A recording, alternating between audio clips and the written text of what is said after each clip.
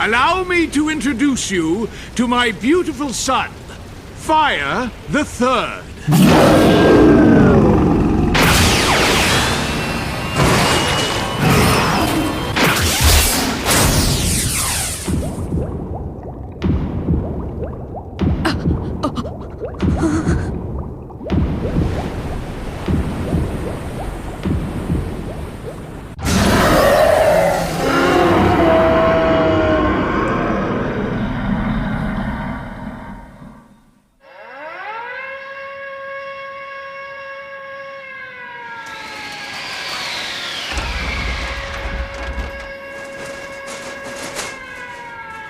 Let's see.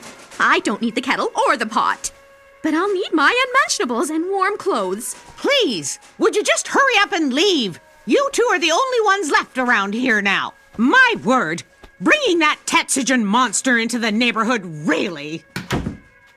That's it! I'm not going!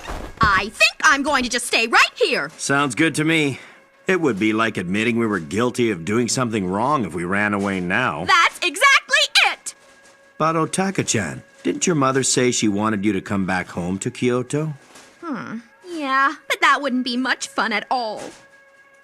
I figured I'd stick around a little longer, you know. Sure thing. I suppose that's okay. You know, more importantly, I hope Shotaro's going to be all right soon. He hasn't said a word since that horrible day. Temporary loss of speech. At least that's what the doctor said. Yeah, he's going through a tough time.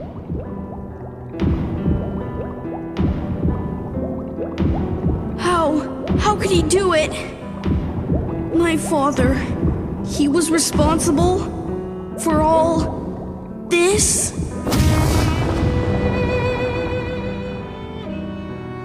For all this.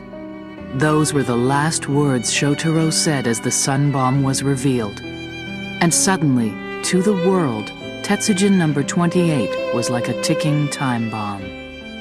As a result, the government of Japan finds itself besieged by criticism from its citizens as well as from other nations.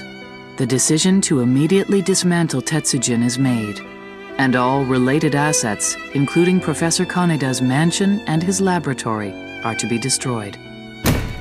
However, Shotaro's guardian, Chief Otsuka, fervently opposes this decision because it is based on the notion that Tetsujin is a weapon.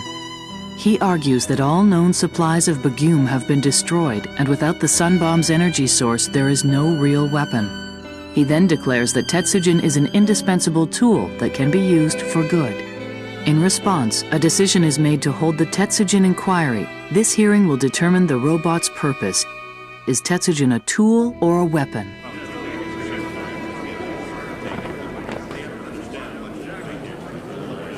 What's going on here? You'd think this is a criminal trial. Yeah, I know.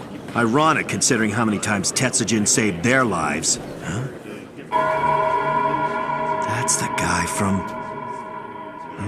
Hey, look over there! Hey! Even the Velinate Corporation is here! They're making a fortune mass-producing and selling Black Ox. But wasn't Dr. Franken the one who originally designed that robot? Yeah. Apparently, the engineering diagrams for it were kept at Shikishima Heavy Industries. It seems like they just took over the whole place. They did some sneaky things to take control of it! Oh, yeah. But there's a problem. The guy who started this whole inquiry in the first place hasn't even shown up yet. Oh. He said he'd be back in time. To the South Seas. I'm surprised you got permission. But what's the use of going to where Tetsujin was created, especially at this point? Silence for the proceedings, please!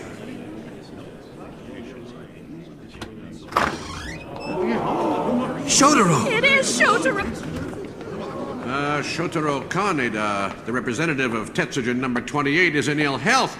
For the extent of this inquiry, he will be assisted by Mr. Chloroform. Is that correct? Then, as the appointed chairman of these proceedings, I hereby declare the Tetsujin inquiry open. Is that The remote control! Now for the details. The robot known as Tetsujin number 28 was originally declared as a flying object of undetermined origin when it flew in from over the Japan Sea. This inquiry already had the air of a criminal trial. But for Shotaro and the others who are interested in protecting Tetsujin, it presents one last opportunity. We will now move on to witness testimony. One moment, please. Huh? Chairman, since you've been directly involved in these matters at hand from the very beginning, don't you think it would be difficult for you to be an impartial judge? Therefore, as an outsider, I would like to ask my own questions, if you don't mind. That's a joke! You're no outsider! Well, well, perhaps there is something you're hiding that you don't want me to discover. That's not the point. Then there's no problem, right? This is where the question of whether Tetsujin is a tool or a weapon will finally be answered. The first person to be called to the witness stand is Kenji Murasame. Now then, I understand that last summer you tried to destroy Tetsujin after your brother, Ryusaku Murasame, and the orphan Tatsu were killed because you believed it to be a weapon. That's correct, isn't it? Look, I won't deny it, but anybody who's lost a sibling would probably feel the same way. But after that, you joined with Thrill Suspense and used Tetsujin as a weapon to go on a crime spree. That's different! I felt Japan didn't need that kind of robot. It wasn't necessary! You're right. Tetsujin is not necessary. That was a good, honest answer. Oh, boy. The person who requested this inquiry is our next witness. Clearly, he is a figure of The next series of statements reviewed the cases that had been handled and solved with the aid of Tetsujin. Supporters who subscribed to the belief that Tetsujin was a tool took the witness stand. They described how their lives, as well as the lives of others, had been saved through the efforts of the robot. In response, Velenade argued that Tetsujin was indeed a weapon. He revealed the details of several disturbing events pertaining to the Monster and Gilbert cases. His arguments made clear the horror which had resulted from Dr. Franken's Tetsujin Project No. 2 and the Superhuman Project put forth by Dr. Dragnet and Kelly. However, witnesses to these controversial events refused to testify, and because these incidences were kept from the public, it was as though they never happened. Neither argument claimed a clear advantage over the other. Attention soon shifted to the circumstances of how and why Tetsujin was created in the first place. And then... Though the inquiry seemed to be at an impasse, the deadlock would soon be broken by one man called to the witness stand. Is that right? So you've been tending his grave? Oh, yes. The professor was also the one who taught me how to speak Japanese. Oh, this brings back memories. The professor was very kind, and at the end of our workday, he would always bring us plenty of food and medicine. Because of his efforts, we got along well with the soldiers. So that means you probably know about Tetsujin. Shotaro. Oh, yes. I know it very well. I remember. One day I saw something in an area I wasn't supposed to be in. The professor was very dedicated in building it. I see. So this is the place where Shotaro... Yes, and this is where it died, along with the professor. All because of the arrival of one man. Because of one man?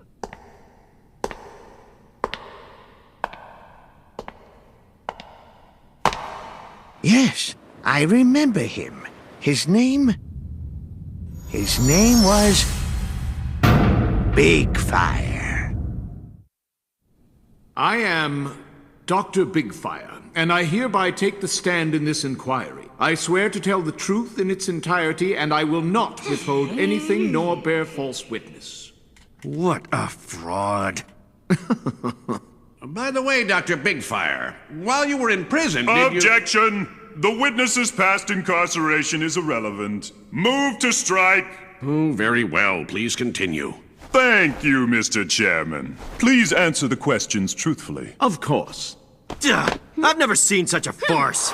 Now, is it true you were one of the original scientists involved in the Tetsujin project? Yes, that is correct. But there's something I should make clear before I begin answering these questions. You see, Tetsujin number 28 is a robot that was constructed by Professor Kaneda. It is operated by and reflects the will of the person who controls it. Much like a car or a ship or a plane. Those things are not weapons. You're saying that Tetsujin is a... No, because I'm here to talk about Tetsujin's true nature. Thankfully, the threat of the sun bomb no longer exists because there is no more Bagume. However, the bomb was an integral part of the robot's basic design. It was to be the source of its propulsion power. This was all done intentionally. Its creator meant to make the bomb inseparable from the robot. Therefore, we can only conclude that Tetsujin's true nature is that of a weapon. So that proves it's really a weapon? That's right. And now I would like to talk about the root of this whole problem, the Bagume. See, one bright sunny day as the Pacific War was entering its final days, I had a fateful meeting. We had long since realized that the war was not in Japan's favor. Subdued, we kept our thoughts to ourselves as we contemplated the road that lay before a nation defeated. That was when Kaneda suddenly revealed a door leading to the basement. The three of us followed him as he led us down into a secret laboratory. And there, glowing in the dark, was the substance we came to call Bagume. It was a new and unknown element with a potential for a staggering amount of energy.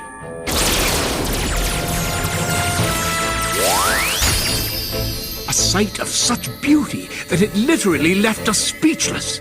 There's not a scientist in the world who would not have been exhilarated by such a display. But if there was even one small misstep with this new substance, all of us were very much against a practical use for Bagume. But Kaneda insisted on it. Why would he feel that way? He knew his wife was pregnant with their first child. In other words, he did it for you. He wanted to protect you from the anguish of war, Shotaro. Why, you? That has nothing to do with this! Yes, this is the truth at the center of this inquiry. I know. I'm a specialist in theoretical energies. Kaneda asked me to stay in Japan to help utilize the Bagume. Out of curiosity, I asked Kaneda where the Bagume was being stored, but he wouldn't tell me. Ironically enough, just this summer it was revealed that the Bagume was with the sunken remains of the 3rd Patrol Fleet. Now why did its location have to be kept secret? When I found out the answer, I realized the entire world was in danger.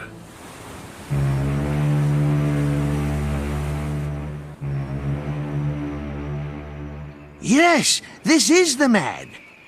Ah! Big Fire! Why do so many people make the long journey here from Japan? Huh? A lot of people? Yes. Why, just 10 days ago, a man came by to pay his respects at the grave. Big Fire visited this grave? No, it was another professor. Huh? Here, it was him. What? That's crazy! It can't be. It just can't be! This man is already dead! Oh yes, the one behind all of this was Kaneda. Like he was the Grim Reaper himself. He had invented the most terrifying bomb ever. Is this for real? So that's how it was. And then, after hearing about the Tokyo air raids, he decided to give up on a weak Japan, like he gave up on his wife and child. That's when he made the decision to give the device to the enemy. And worse, he tried to pass it on as more than a power source. He made it a part of Tetsujin, turning it into a walking bomb. Then, like Frankenstein's monster, his creature awoke. But even though Tetsujin was a mere robot, not alive in any real sense, was it right to bring such an atrocious weapon into the world along with it? No, I knew it wasn't right. So, I refused. I could not bring myself to simply hand over the device that we had developed for the Begum. That's when I tried to escape in the Koku Ryu Maru.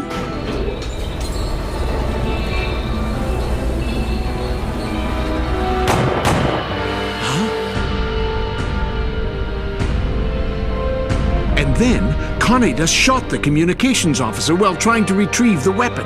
That is why I was only able to escape with one of the devices. We came under attack when Kaneda informed the enemy of our position. The ship, along with everything else, went to the bottom of the sea. But then, this is where he miscalculated.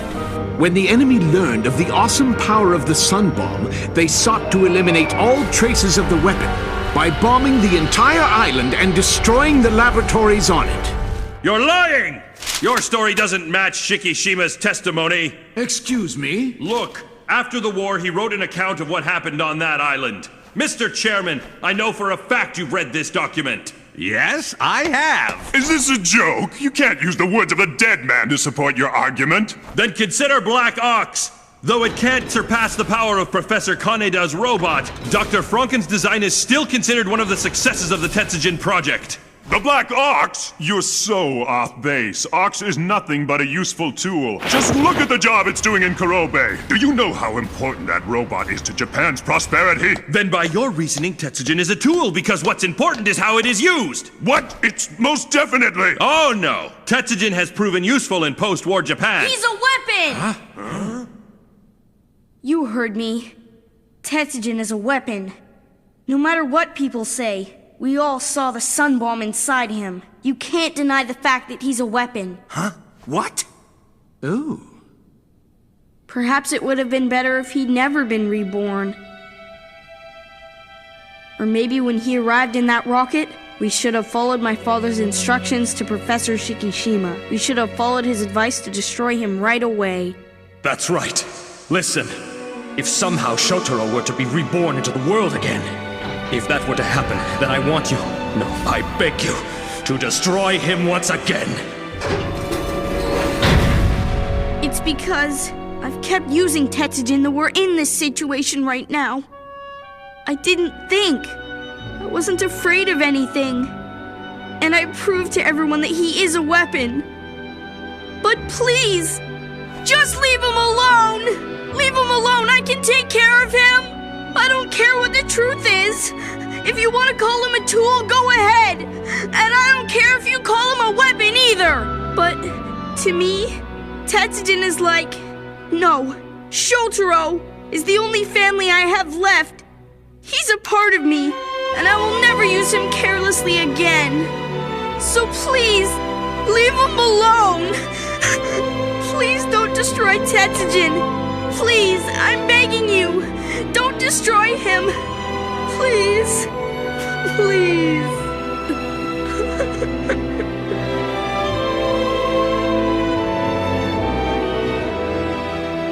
This unexpected and heartfelt plea from Shotaro changed the focus of the inquiry into something more simple.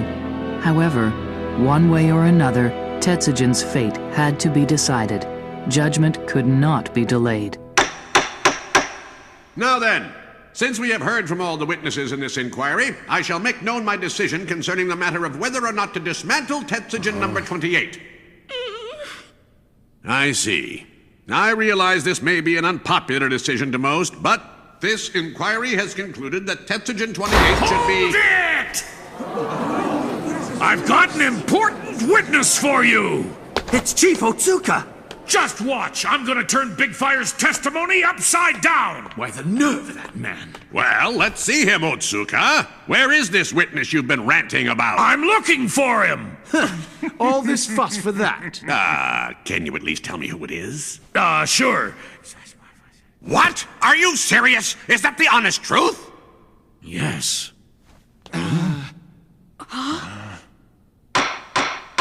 Adjourned! The decision on this matter shall be postponed.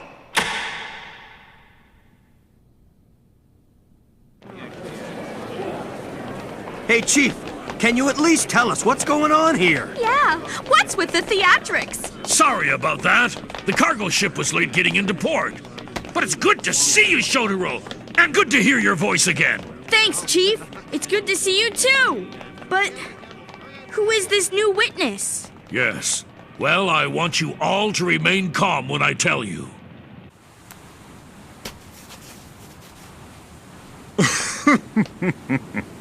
What's so funny? I think things just got a little more complicated. Well, you heard it. Didn't Shotaro's passionate plea just tug at your heartstrings? So? I've been thinking. It's not a bad idea to keep Tetsujin around.